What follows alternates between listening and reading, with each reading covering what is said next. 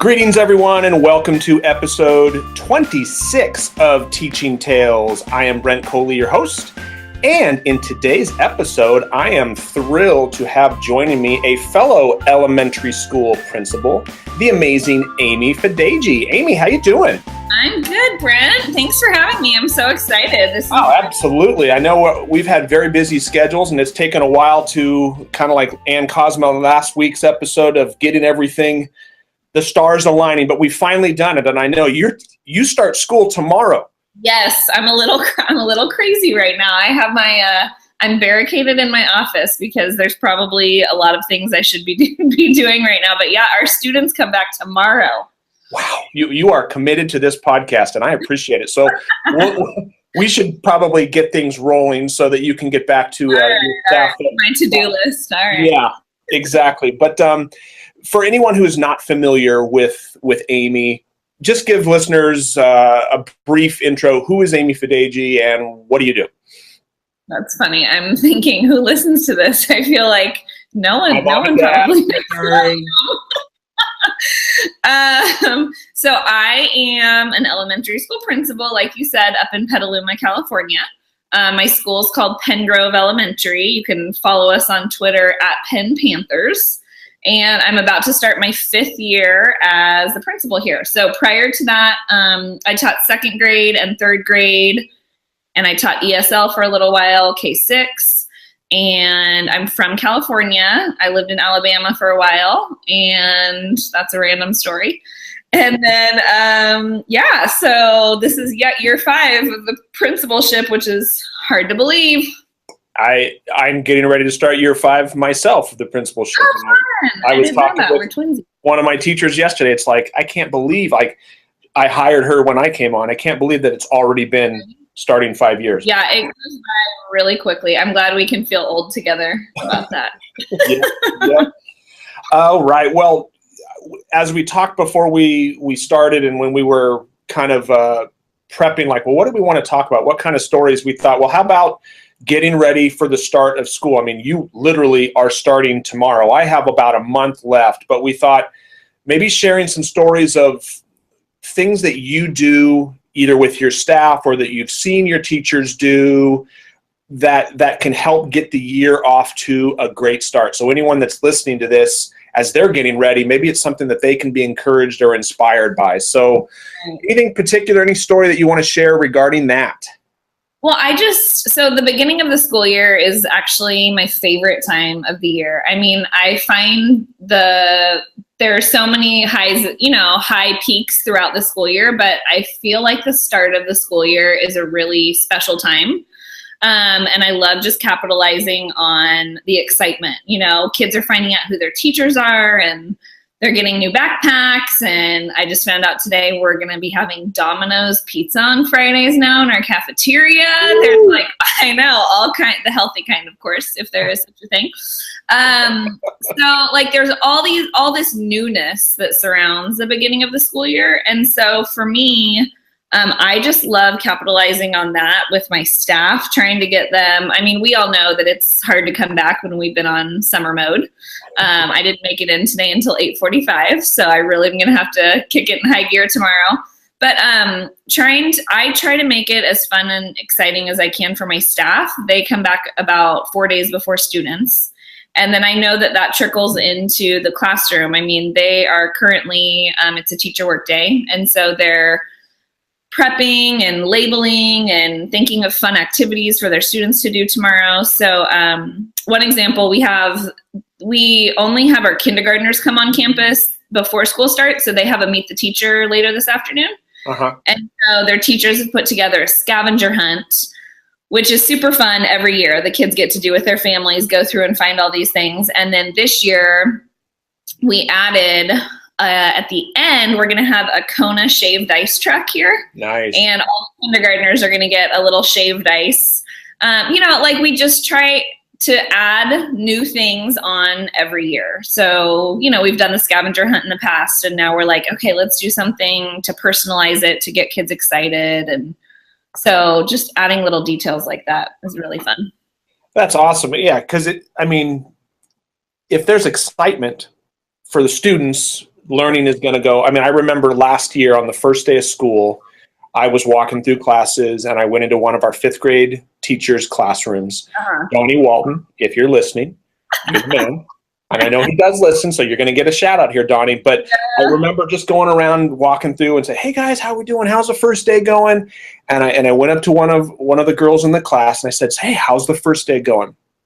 And I will never forget the look on her face. She kind of turned up at me, looked, and just said, "I'm going to love it in here."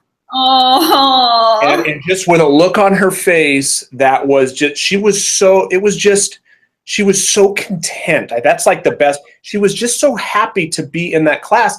And they were in there for like an hour. Right. And her words were, I'm going to love it in here. So he was doing, I mean, rules and procedures. Yeah, that's important. You got to do that stuff. But that's not what the focus was. I mean, the focus was getting her excited. Right. And then you can do all that other stuff. So. Exactly. Yeah. I think it's been fun this last week. Like that, capturing that like student excitement. I wish you could just like bottle that up. We've been this last week, we do our data confirmation. Like instead of parents filling out emergency cards every year, we do it online now. Mm-hmm. So I kind of hold hostage who your teacher is until your parents fill out, they give us all their emergency information and blah, blah. So we do exactly the same thing. It's so great. So all week long, families have been trickling in and I'll hear them at the counter. And then it's like this quiet pause while our office staff grabs them their list. And then you just hear this like, yes, and you hear a little pitter pattering of feet. Like I told my staff, if you need a self-confidence boost, like people have been, I mean, celebrating, just like, it's so cute. And I know that's all part of, the community that teacher you just shared that story about, is creating. And, I mean, I was on the phone with that company Fast Signs, which I've never ordered anything from them before, but I called this morning and I said, okay, how fast are your signs? Because I just want a sign out tomorrow that's like, welcome back Panthers. So that, I don't know, just building that community. And my goal tomorrow is for every kid to just feel that we are truly just celebrating and so excited that they're back on campus. Exactly. Yeah, that's the best, that first day of school when you're out front greeting kids, they're coming in and they're giving you high fives and hugs and they're excited. Like you said, if we could just bottle that. Yeah, totally. And I think also like acknowledging, I mean, there's a lot of nervous students and nervous parents. And so I think that's the benefit of knowing your students and knowing your staff is like, I already know my, a handful of kids tomorrow where, okay, I need to have an aide ready for this student to walk her around and show her where the closest bathroom is to her new classroom. And that's what's neat, maybe for us about being at our schools for a while, like starting year 5 now. I know like where to focus my efforts better, than I ever have before. And so that's really exciting. Yeah. And I think, I mean, shoot, isn't there a children's book about like it turns out being the teacher, like, I don't want to go to school. And it's jitters. Yep. Yeah. And it's the teacher. I mean, teachers and principals don't sleep well the night before school too, but I think it's so important to recognize that you're going to have a lot of kids who are coming on. Maybe it's a new teacher to the school and they don't know who that teacher is, or they've heard things about that teacher or whatever. I mean, and they're freaking out. I mean, it reminds me of, I told this story before, I think in episode 5, but when my daughter, who is now going to be a junior, when my daughter was going in 4th grade, she was in that same boat. She was extremely, very, very nervous about starting school. She was going to a new school. We just moved. She didn't know any of the teachers there. She had like one person that she knew, and she was really having a hard time. And I remember at the time I was still teaching 5th grade, and I was in my classroom leading up to the beginning of school, getting it ready. And I remember thinking, as I was getting my classroom ready, I was thinking about my daughter and thinking, man, if she could just see her classroom, if she could just hear her teacher's voice or see her teacher, do you know how much how much that would lower her anxiety. I mean, it would have made such a difference, and it gave me an idea. And then I went home. I came back. I borrowed my dad's flip cam. So, I mean, that's Yes. that was the technology at the time. I said, Dad, can I borrow your flip cam? So I took his flip cam to my room the next day. It was all ready, and I just walked around the classroom with the flip cam and just said, hey, boys and girls, this is Mr. Coley. If you're going to be in my class this year, here's what your room looks like. Here's oh my gosh, that's so cool. Here's where the bean bags are, where you're going to be able to read, and here's the I mean, and just gave it about a 2.5 minute guided tour of the classroom with me narrating, and I threw that up on I had a classroom website at the time, and I threw it on my website. And I remember, because I was thinking, if somebody in my classroom, if one of the 32 kids on my roster are feeling like my daughter, how much of an impact could this make? And I remember I asked on the first day of school, hey, did anyone watch the vid? It was like 3 kids. It was like 3 kids. But I think the point of that is, but if those 3 kids slept the night before school, then all of that effort, and it wasn't a lot of effort to do that, it was so worth it, because that kid was my kid. And and nowadays, shoot, we've got our cell phones. Exactly. You can do that so quickly, and with literally a couple taps, throw that sucker up on YouTube, and you're good to go. And I just think, so I mean, if anyone's listening and you're getting ready for your classroom, I would highly encourage something like that. And if some people are listening thinking, well, I don't like to be on camera. I wasn't on camera. I was behind the camera, walking around the room. It's just my voice. But again, I think that would make such an impact on your kids. And every single class has those kids who are nervous beyond belief to come to school, probably many of them in tears the night before, just because it's unknown, and a lot of kids don't do well with unknowns. So okay, so now I'm so happy that we did this today, because right when we get off, I'm just gonna go take a little tour of the hallways and see what's going on. And I mean, I'll just tweet that out real quick, and there we go. I might even just like sneak up on some teachers and be like, what's going on in room 3? What are we doing? Perfect. That's such a cool idea. I've never thought about that. And and with Twitter, I mean, like you said, even if it's not video, maybe it's just still pics that you're putting out there on your school. Like, you do a great job of your school's Twitter feed. I mean, putting it out there. I mean, you saying that reminds me, I need to do that. I mean, that's one thing. Like, this day, like tonight is one of my favorite nights of the year. I'll just go. When everyone's off campus, I will just go room to room. And I mean, the classrooms are amazing. Like, the way that the teachers will leave them today, ready for their kids tomorrow. And I'll just find little nuggets and little pieces and little corners, and I'll take some pictures, and I put some collages together, and I do tweet those out. But those are some of my favorite pictures from last year. It's just like the campus is still and quiet, and everything is so ready to welcome everybody back. That's exciting. I reminded my husband that he's totally on dinner duty tonight, because I'm like, tonight's the night before school. They're late because I got to wait for everybody else to leave before I do my walkthrough. Well, as you said that, I'm just jotting some notes down here. I mean, I'm totally going to do that. That's a great idea. I look for, like, I don't know, just little details that you might miss when a classroom's filled with 24 to 30 kids. All of a sudden, you might not see all the little details that the teachers put in. So it's pretty fun. Anything that you do with your staff in terms of building, I mean, because culture is so, we want it to be exciting for our kiddos, but it starts with us. I mean, if we're excited, they're going to be excited. Anything that you do that you want to share with anyone listening? Yeah, well, I feel like my staff is my class. I tell kids all the time, like, I'm just like the big teacher at school. And so I'm the one who woke up at 2 a.m. and couldn't go back to sleep last week, the night before my teachers came back, because I just want that first day back to be so fun for them. So I usually provide breakfast and lunch, and then we brought in a guest speaker this year. We had John Stevens come do some math work with us, and oh my gosh, it was awesome. And we gave out his newest book, Table Talk Math. Talk Math, yeah. It was so cool. So we did that, and then, but I unveil a theme every single year.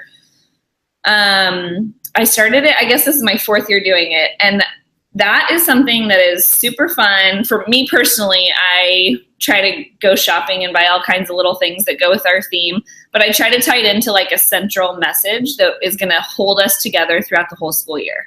So a couple years ago, we've done Dive In, and then we did Saddle Up. Last year was The Power of One. And then this year, our theme is Treasure, and it does help that there's a Bruno Mars song that goes along with that. I talked with my staff. I try to give just a little quick, inspirational blurb, and I just said, as learners, think back to when we were students. There were things that we treasured about our educational experiences, and you guys are about to spend the next, 9 months creating that for your students. And what do you treasure about your learning experience? What do you treasure about this profession?